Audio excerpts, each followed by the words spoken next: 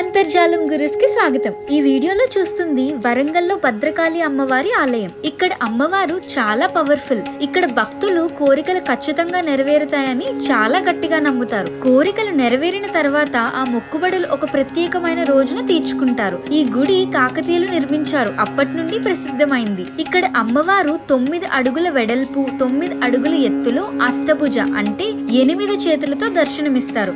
కుడివైపు ఉన్న 4 చేతుల్లో ఖడ్గం, చురిక, జపమాల, డమరుకం ఉంటాయి. ఎడమవైపు ఉన్న 4 చేతుల్లో గంట, త్రిశూలం, చిన్న మస్తకం, పానపత్రాలు ఉంటాయి. ఇక్కడ అమ్మవారు పడమర వైపు ఫేసింగ్ చేసుకొని ఉంటారు. ఇదే ఈ ఆలయంలో ఉన్న ధ్వజస్తంభం.